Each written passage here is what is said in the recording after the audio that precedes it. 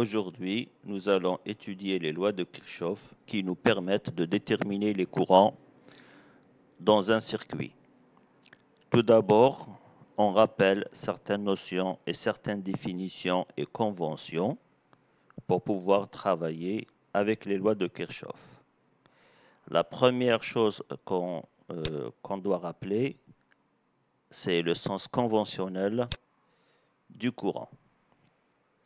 Alors, donc c'est le sens du mouvement des charges positives. Autrement dit, c'est aussi le sens du champ électrique. Et c'est aussi un sens qui va des hauts potentiels vers les bas potentiels. Donc, on représente donc pour cela, on rappelle que supposons que nous avons un conducteur cylindrique entre deux points A et B. Il est relié à un générateur. Le courant, avant de parler du courant, donc le générateur crée un potentiel VA et un potentiel VB. Ce qui relie le conducteur au générateur est un fil de jonction. Par définition, le fil de jonction, c'est un conducteur sans résistance. Donc tous ces points sont au même potentiel. Donc ce point, c'est VA. En ce point, le potentiel, c'est aussi VA. Et en ce point, au début du conducteur, c'est aussi un potentiel VA. À partir du conducteur, le potentiel va commencer à changer jusqu'à la fin où ça devient un potentiel VB. On rencontre un autre fil de jonction. Donc vous avez ici un potentiel VB ici, le même potentiel VB ici et le même potentiel VB à la borne négative du générateur. Par conséquent, nous avons le potentiel VA qui est plus grand que le potentiel VB. Donc nous regardons dans le conducteur, nous avons un potentiel VA et un potentiel VB. On sait qu'une différence de potentiel correspond à un champ électrique qui va des potentiels les plus grands vers les potentiels les plus bas. Donc il faut réviser la partie électrostatique si on ne se souvient pas de ça. Donc nous avons un champ électrique qui va de VA vers VB, des potentiels les plus grands vers les potentiels les plus petits. Si nous avons une charge positive libre à l'intérieur du conducteur, elle sera soumise à la force F qui est égale à Q fois E. Comme cette charge est positive, la force F a le même sens que le champ électrique. Donc, la charge positive va se déplacer dans le sens du champ électrique. Elle va donc se déplacer du plus grand potentiel vers le plus petit potentiel. Le sens de mouvement de la charge positive, c'est le sens du courant. Donc le courant va se déplacer de VA vers VB. Donc il vient de la borne positive du générateur vers la borne négative du générateur. Maintenant, un problème se pose, ceci pour le sens du courant dans le conducteur, c'est-à-dire à l'extérieur du générateur, ça a été expliqué. Maintenant, à l'intérieur du générateur, on voit que le courant passe du potentiel le plus petit vers le potentiel le plus grand. Ça, ce n'est pas normal. Normalement, il ne peut pas faire ça. Mais il le peut à l'intérieur d'un générateur parce que spécialement, un générateur joue le rôle d'une pompe. Il lui permet de remonter le potentiel, comme un courant d'eau. Un courant d'eau se déplace des hauteurs vers les endroits les plus bas. Pour qu'il remonte, il lui faut une pompe. Et donc, pour le courant, c'est la même chose. Il va des potentiels les plus hauts vers les potentiels les plus bas. Pour qu'il remonte le potentiel, il lui faut une pompe. Cette pompe, c'est le générateur. Donc, voilà pour le sens du courant. Ce sens, c'est le sens du courant conventionnel. On rencontrera après des courants qui ne sont pas conventionnels. D'accord. Donc, pour cela, il faudra attendre qu'on y arrive pour les expliquer.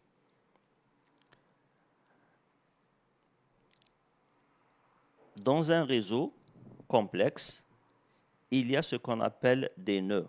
Un nœud est une intersection de trois fils de jonction ou plus. Par exemple, dans le schéma que vous voyez ici, on voit que B est un nœud. Pourquoi? Parce qu'il y a trois fils de jonction qui y arrivent. C aussi, c'est un nœud. Il y a trois fils de jonction qui y arrivent. F ici est un nœud, car il y a trois fils de jonction qui y arrivent. G aussi, c'est un nœud. Il y a trois fils de jonction qui y arrivent. Par contre, A n'est pas un nœud. Il y a, disons, deux fils, on peut même les considérer comme un seul fil. D n'est pas un nœud. Il n'y a pas trois fils. E n'est pas un nœud. Il n'y a pas trois fils. Et H n'est pas un nœud. Il n'y a pas trois fils. Alors, nous constatons que les points qui sont sur le même fil de jonction, par exemple A et B, ils sont sur le même fil de jonction, donc leur potentiel VA est égal à VB. Les points C et D sont sur le même fil de jonction, donc nous avons VC égale VD. Les points E, F et H sont sur le même fil de jonction, donc on a VE égale VF égale VH. L'égalité des potentiels, par exemple VA moins VA et VB, peut se déduire facilement avec la loi d'Ohm. Donc j'ai VA moins VB qui est égal à R fois I. Mais la résistance entre A et B d'un fil de jonction, elle est nulle, donc égale 0 fois I. Et donc on a VA moins VB qui est égal à 0, donc VA qui est égal à VB. Maintenant, pour pouvoir encore travailler, il nous faut déterminer le sens des tensions aux bornes des résistances VR, des condensateurs et des récepteurs E, et aux bornes du générateur. Alors, comme on l'a expliqué tout à l'heure, le courant conventionnel circule des potentiels les plus grands vers les potentiels les plus bas. Donc, si je regarde par exemple ici, VR, I, elle est parcourue par I2. I2 circule du point P vers le point N. Autrement dit, le point P est le haut potentiel et le point N est le bas potentiel. Donc VR, elle doit pointer, donc la flèche, je dois la diriger vers le point P qui est de plus grand potentiel. Donc, qu'est-ce qu'on fait? Si j'ai un courant I2 qui traverse la résistance R, le potentiel VR a le sens opposé de I2. On a la même chose pour le condensateur. Le courant I3, il va de Q vers P. Donc VC, elle doit aller de P vers Q. Elle pointe vers le plus grand potentiel. C'est dans le sens contraire de I3. Pour les récepteurs aussi, c'est la même chose. Le courant le traverse de Q vers M. Et donc, VE doit se diriger de M vers Q en sens inverse du courant. Par contre, pour le générateur, la loi de circulation du courant du potentiel les plus bas, les plus grands vers les plus bas n'est pas respectée. On a dit que pour un générateur, le courant va en sens inverse. Il va du potentiel le plus bas vers le potentiel le plus grand parce que le générateur joue le rôle d'une pompe. Donc, dans ce cas, on ne tient pas compte du sens du courant. Pour le générateur, c'est lui qui force la tension. Il fixe la tension.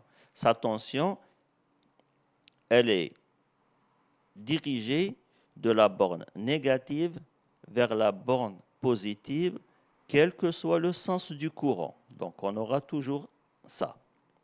Donc, en résumé, VR, VC et VE ont le sens, elles sont opposées au sens du courant. Par contre, VE, elle va de la borne négative, la plus petite, vers la borne positive, quel que soit le sens du courant.